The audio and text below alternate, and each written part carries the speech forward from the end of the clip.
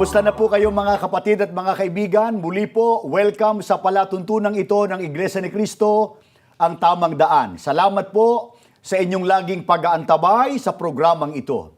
Sa pagkakataong ito ay kasama natin si kapatid na Bobby Fernandez. Maraming salamat kapatid na Michael. Mga mahal na kapatid, mga kaibigan, sana po datnan kayo ng programang ito na nasa magandang kalagayan at kasama po ng inyong mga mahal sa buhay. At binabati natin ang mga estudyante o nag-aaral sa pagkamanggagawa diyan sa ating men's dorm sapagkat pagkaganitong oras sa kapatid na Bobby, nakatutok silang lahat pagkagaling niya sa ating SFM or School for Ministers Building. Mga kapatid at mga kaibigan, ang tatalakayin po namin sa pagkakataong ito ay medyo maselan.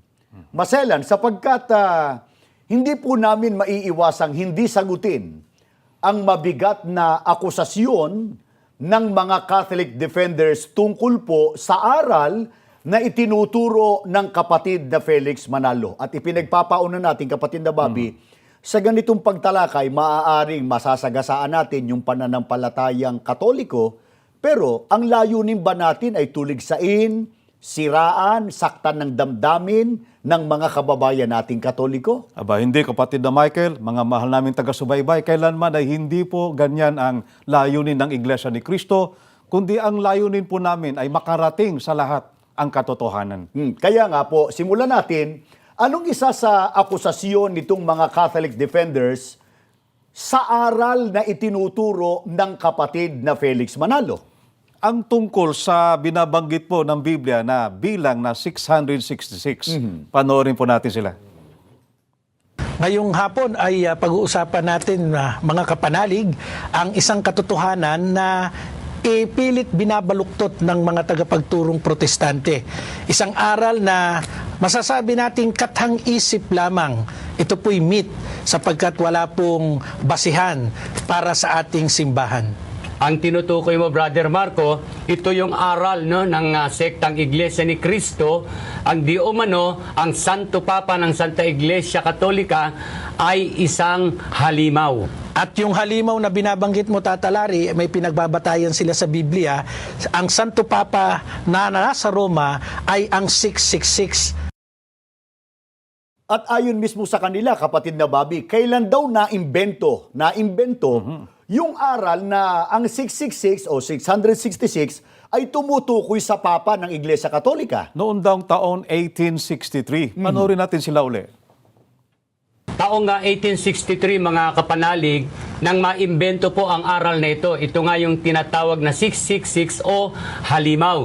Na ito ay iniugnay po nila sa Santo Papa. Ang orihinal na nag-imbento po ng aral na ito ay si Ellen White ng Seventh-day Adventist. Taong 1863 po. Ito pong Seventh-day Adventist ay mas kilala sa tinatawag nating Sabadista dito sa lokal sa ating bansa.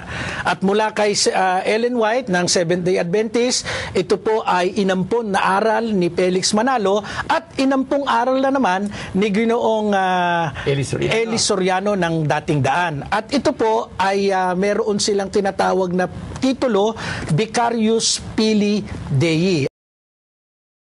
Bago natin ituloy yung tungkol sa 666, kapatid na Bobby, kung kanino talaga nagmula yan at sino katuparan yan, medyo natawagan tayo ng pansin doon sa sinabing ang aral daw tungkol sa 666 ay inampong aral ng kapatid na Felix Manalo mula raw doon sa Seventh-day Adventist. Ano reaksyon natin doon? Yan ay isa sa kanilang mga akusasyon laban sa atin, kapatid na Michael. Sapagkat hindi naman masasabi nating kinopya o inampon lang. Halimbawa, mayroon pong nagturo noon na bawal po ang makiapid. At pagdating ng panahon... Sandali, ang halimbawang yan ay, bawal makiapid ang lalaki sa kapwa lalaki. mas matindi yun, kapatid na Michael. Teka, inuunahan natin, wala tayong pinariringgang puno ng isang samahang pangrelihiyon. Wala. Sige. Wala. Halimbawa, itinuro yan noon ng isang mangangaral. Pagdating ng panahon, nung ituro ng kapatid na Felix Manalo na yung pakikiapid sa kapwa lalaki ay kasalanan, ibig mong sabihin, kinopya lang niya doon sa isang mangangaral. Samantalang mababasa naman sa Biblia ang katotohanan yan, kapatid na Michael. Kaya iwan natin yung bahaging yan. At ano raw ang ibig sabihin, bati sa mga Catholic defenders, ano raw ang ibig sabihin ng tinatawag na Vicarius Filidae at saan daw kinuha ang aral na ito? Ito raw, kapatid na Michael at mga mahal na taga-subaybay, ay tumatayo sa kinatawan ng anak ng Diyos. Narito po sila uli. Ano po yung Vicarius Filidae? Pag tinagalog po natin, ito tumatayo sa kinatawan ng anak ng Diyos. Kaya nga po mga kapanalig, ngayon po pag-aaralan natin, papaano nila iniugnay yung Vicarius Filidae na titulo na ginagamit nila na nagpapatunay daw po na ang Santo Papa ay ang halimaw na binabanggit. Alam mo, Tata Larry, kinuha lang ni Ellen White yung aral na ito doon sa korona ng Santo Padre. Ito pong korona ay tinatawag na tiara. At tanong, kapatid na Bobby, paano nila naman inilarawan yung pinakatiara o korona ng Papa ng Simbahang Katoliko? Mabuti po, pakinggan natin uli sila doon sa kanilang detalyadong paliwanag. Ano po ba itong tiara ng Santo Padre sa Roma? Sa atin pong pananampalataya, makahulugan po ng tiara o yung korona ng Santo Padre. 3 layer po ito. At sa bawat layer ay meron pong sumisimbolong kahulugan. Katulad po ng unang layer, ang ibig pong sabihin niyan, siya ay dinideklarang Supreme Pontiff o Universal Pastor. Yung ikalawang layer, siya po ay tinatawag na Universal Ecclesiastical. Yung kanya pong jurisdiction ay napakalawak, buong mundo. At yung ikatlo po ay tinatawag na temporal power. Yan ang sinasabi nila, kapatid na Bobby, na yung tiara, yung tinatawag nilang korona na nakapatong sa ulo ng Papa, meron daw pong 3 layers o 3 bahagdan na yun daw po ay Universal Pastor at yung tinatawag nilang Universal Ecclesiastical at Temporal Power. At ayon din dito sa mga Catholic defenders, ano raw ang kahulugan ng tiara ng Papa ng Simbahang Katoliko? Panoorin po natin uli sila, kapatid na Michael. Alam po ninyo mga kapanalig, napakaganda po ng tunay na kahulugan ng tiara. Sa ibang nga kahulugan pa nito, yung isang layer po tinatawag pong Father of Princes and Kings, Ruler of the World, Vicar of our Savior Jesus Christ. Kaya ayon po sa kanila, ang kahulugan daw po ng tiara ay Vicar of the Savior Jesus Christ o tagapagmana ng tagapagligtas na si Jesucristo. Kung itanong nila sa atin, itong ating mga televiewers, kailan daw sinimulang gamitin ng Papa ng Iglesia Katolika yung pagsusuot ng tiara o ng Papa? Noong daw 1305 hanggang 1314. Muli natin silang panoorin tungkol dito. Ito pong tiara, mga kapanalig, ay sinimulang isuot ng Santo Padre sa Roma doon po sa panunungkulan ni Pope Clement V noong mga panahon po ng 1305 hanggang 1314. At ang pagsusuot po ng tiara ay natapos sa pamunuan po ni Pope Paul VI noong panahon po ng 1963 hanggang 1978. Inabandon na po niya yung pagsusuot ng tiara. At para lang pasinungalingan itong mga Catholic defenders, kapatid na Bobby, na sa Papa natupad sapagkat sa kanya siya nagsusuot ng tiara nung ating i-compute ay 666. Para lang pasinungalingan nitong mga Catholic defenders na hindi yung Papa ang 666. Paano nila kinumpute yan? Ang ginawa nila, kapatid na Michael, bawat letra ay tinumbasan ng bilang. Panoorin natin silang muli. Opo, sa makatuwid, 3 po yung salita. Vicarius Filidae. At ito daw po yung nakalagay sa bawat layer ng korona ng Santo Padre. So simulan po natin dun sa Vicarius. Iko-compute po natin. Yung letra ay may katumbas na bilang. Katulad po ng Vicarius. Ang B sa Roman numerals ay katumbas po ng 5 o 5. Yun pong I ay katumbas ng, 1, yung C ay katumbas ng, 100, yung A ay, 0, yung R, 0, yung I, 1, yung V, 5, at yung S. 0. Sa makatuwid, pag kinumpute po natin yung Vicarious, V5, I1, C100, A0, R0, I1, V5, S0, ang kanyang magiging total po ay 112. Kung meron po kayong panulat, isulat nyo po, Vicarious 112. Ituloy natin kapatid na Bobby. Yung letter F, ang katumbas ay 0, yung I ay 1, yung L ay 50, yung I ay 1, at isa pang I ay 1, total of 53. Doon naman sa D, ay yung D ay 500, yung E ay 0, at yung I ay 1, kaya 501. Ang total po ng Vicarious ay 112. At ang total ng Philly ay 53. At ang total naman ng DE ay 501. Kaya kung ating susumahin ang kabuuan po niyan ay 666. Ito bang paraan na ginamit ng kapatid na Felix Manalo noon, kapatid na Bobby, nang ituro niya ito nung sila nabubuhay pa, ay labag o salungat sa pagtuturo ng Biblia? Aba, hindi labag sa Biblia, kapatid na Michael. Manapa, ito pa nga ang paraang itinuturo ng Biblia ayon po dito sa Apokalipsis 13:18. Dito'y may karunungan. Ang may pagkaunawa ay bilangin ang bilang ng hayop, sapagkat siyang bilang ng isang tao at ang kanyang bilang ay 666. Ang unang mapapansin natin dito, kapatid na Michael, ang sabi ng Biblia, dito'y may karunungan. Pakiulit, ang dinig, baka marinig nila, dito'y may kabobohan. Aba, Yung ba hindi. nakalagay? Ang nakasulat ay dito'y may karunungan.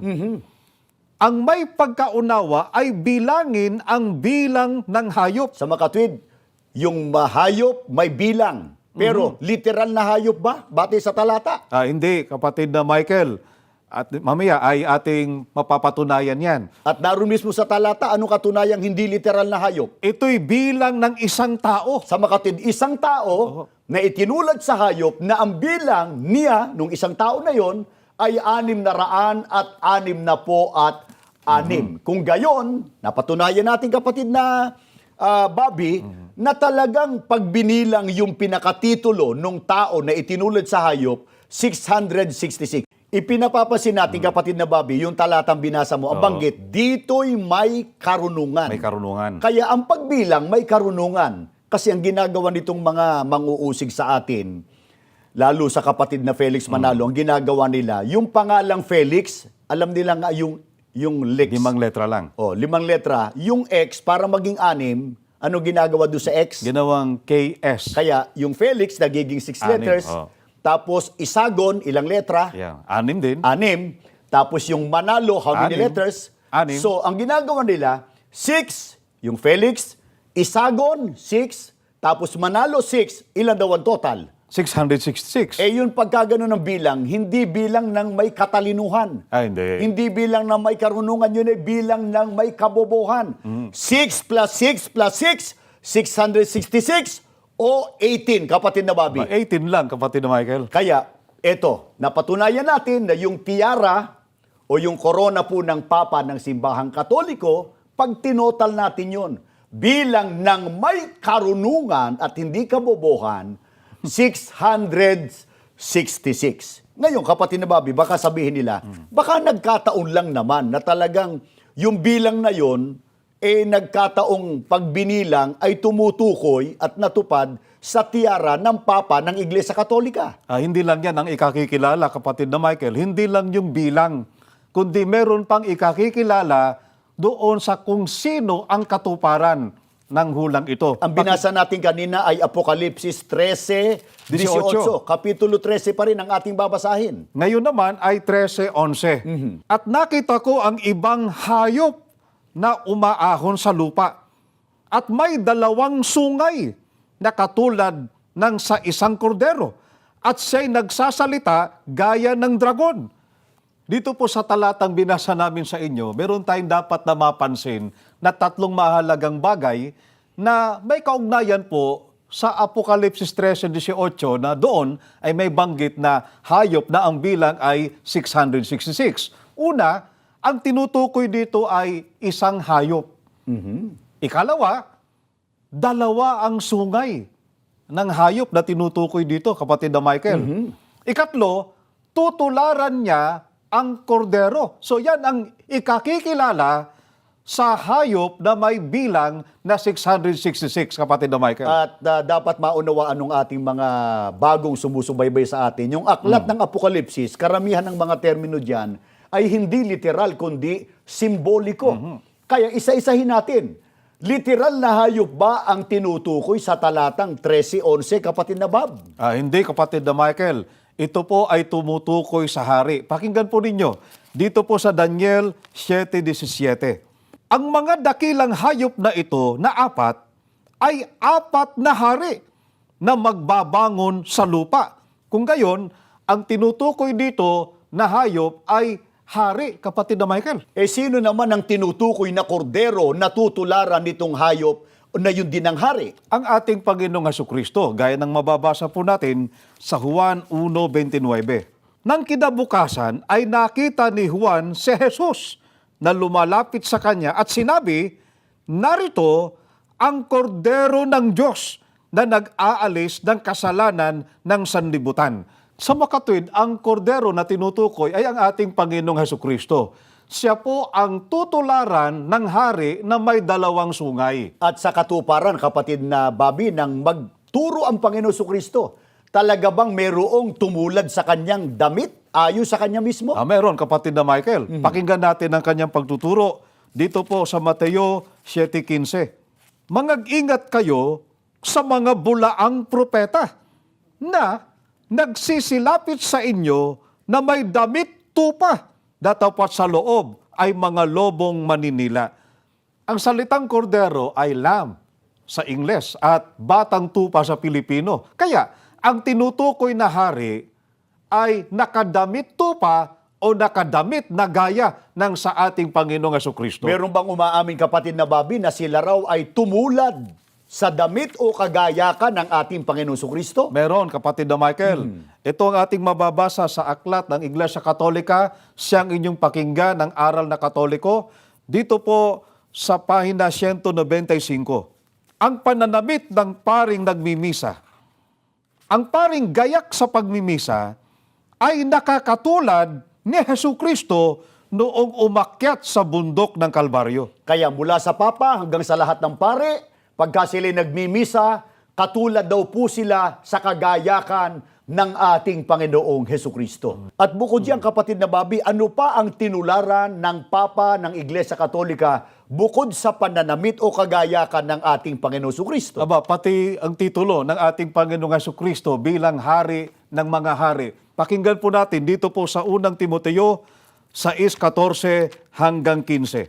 Natuparin mo ang utos na walang dungis, walang kapintasan, hanggang sa pagpapakita ng ating Panginoong Hesukristo, na sa kanyang kapanahunan ay ipahahayag siya, na mapalad at tanging makapangyarihan, hari ng mga hari, at Panginoon ng mga Panginoon. Kaya tanungin na kita, kapatid na Bobby, sino ang katuparan na tumulad sa titulo ng ating Panginoong Kristo na siya tinatawag na King of Kings o Hari ng mga Hari? Aba, ang pari ng Iglesia Katolika. Pakinggan po natin Sa ang pangunguna patutuo. ng kanilang Papa.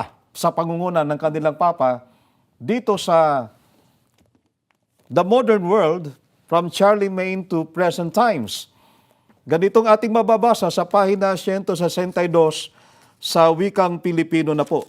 Ang mga karapatan ng pari, ang karapatang ito ay ibinatay sa pagsasaalang-alang na yaong sa pinaka-pasukdol na kahulugan, mga lumalagay sa katayuan ng hari ng mga hari. Kaya ang pari ng Iglesia Katolika mula sa kanilang Papa, ang isa sa titulo po nila, hari ng mga hari, kapatid na Michael. Kaya tupad na tupad, mula po sa Papa hanggang sa kanilang mga pare, tumulad sila sa damit ng ating Panginoong Kristo. At meron tayong mahalagang dapat ipapansin sa kanila, kapatid na Bobby. Ang sabi kanina, yung hayop, na yun din yung tao na may bilang na 666, ay merong dalawang sungay.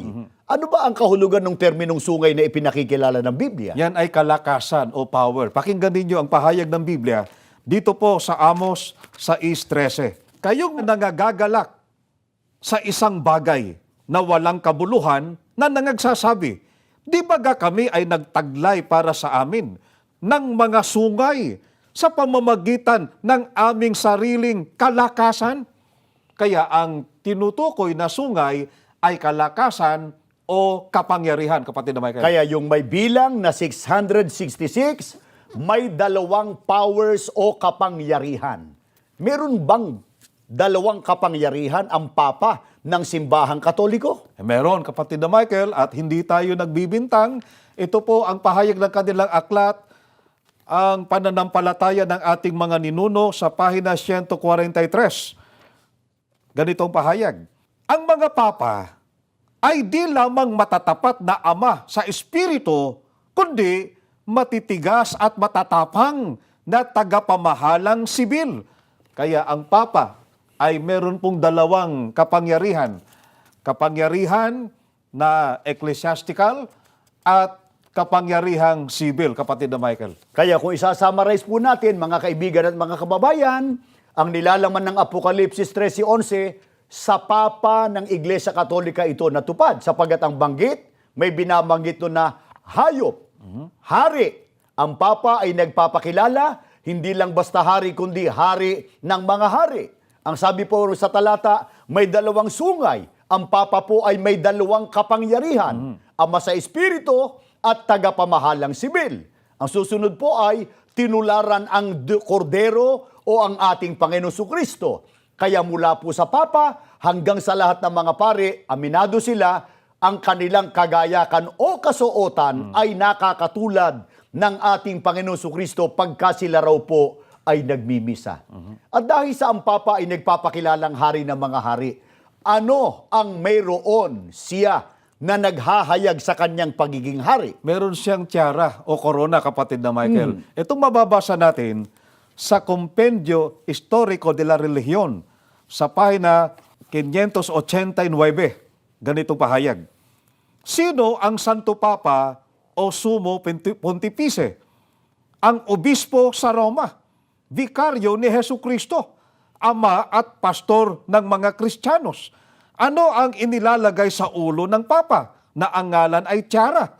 3 koronang pilak o ginto na nakakabit sa isang mataas at mabilog na guro, at ang lagay ng 3 korona ay susun-susun sa mahusay na pagkakalayo. Kaya kapatid na Bobby, ano ang nakalagay doon sa tiara o korona ng Papa ng Iglesia Katolika? Nakalagay doon, Vicarius Filii Dei. Ano kahulugan ng tinatawag na Vicarius Filii Dei? Dito po sa isang aklat, Studies in the Scriptures, sa pahina 215, ganito ang ating mababasa sa wikang Pilipino na. Ang sumusunod na sipi ukol sa bagay na ito ay mula nang sa isang akdang may pamagat na The Reformation, may petsang 1832. Ginang A, ang sabi ni Binibining Emmons, nakita ko ang isang lubhang hindi pangkaraniwang bagay, kamakalawa, pinag-ukulan kong mabuti ito ng pansin, at ito ay sasabihin ko. Kamakailan lamang, isang tao ang dumalo sa isang seremonya ng Iglesia Romana. Nang dumaan sa harapan niya ang Papa habang nagpuprosesyon, na buong karingalang nakagayak ng mga kasuotang ukol sa Papa, natuunan ng paningin ng Ginoo ang lubhang nagniningning na mga titik sa harap ng mitra, tiara, korona, Vicarius Filii Dei, ang kahalili ng anak ng Diyos. Nakalagay sa korona ng Papa na nasa museo ng Batikano ang kinikilala at pinakamaliit na gamiting titulo ng Papa, Vicarius Filii Dei, kahalili ng anak ng Diyos. Ang salitang Vicarius ay nasa ibabaw ng may 3 andanang korona. Ang salitang Filii ay nasa 2 andana at ang salita ay ginawa buhat sa may itim, nagniningning na mga mamahaling hiyas. Ang salitang Dei ay nasa pinakamababang suson ng may 3 andanang korona at niyari buhat sa 100 diamante. Kaya ang kahulugan ng tinatawag na Vicarious Filii Dei ay kahalili ng anak ng Diyos. Yun ang titulo na kinuha po ng Papa ng Simbahang Katoliko na ang kabuuan ng bilang na yun ay 666. Sana po, huwag maghinanakit, huwag magdamdam sa amin, ang mga kababayan naming Katoliko, na ito'y tinatalakay namin para lamang pumahayag sa inyo kung sino ang dapat ninyong paniwalaan at kung dapat kayong manatili sa loob po ng Simbahang Katoliko. Umaasa po kami na itong unang bahagi ng pagtalakay nating isinagawa sa isyong ito ay makatulong para maunawaan ninyo ang dahilan kung bakit marami po na mga kaanib sa Iglesia ni Cristo ngayon, bagamat dating Katoliko, iniwan ang Iglesia Katolika Apostolika Romana.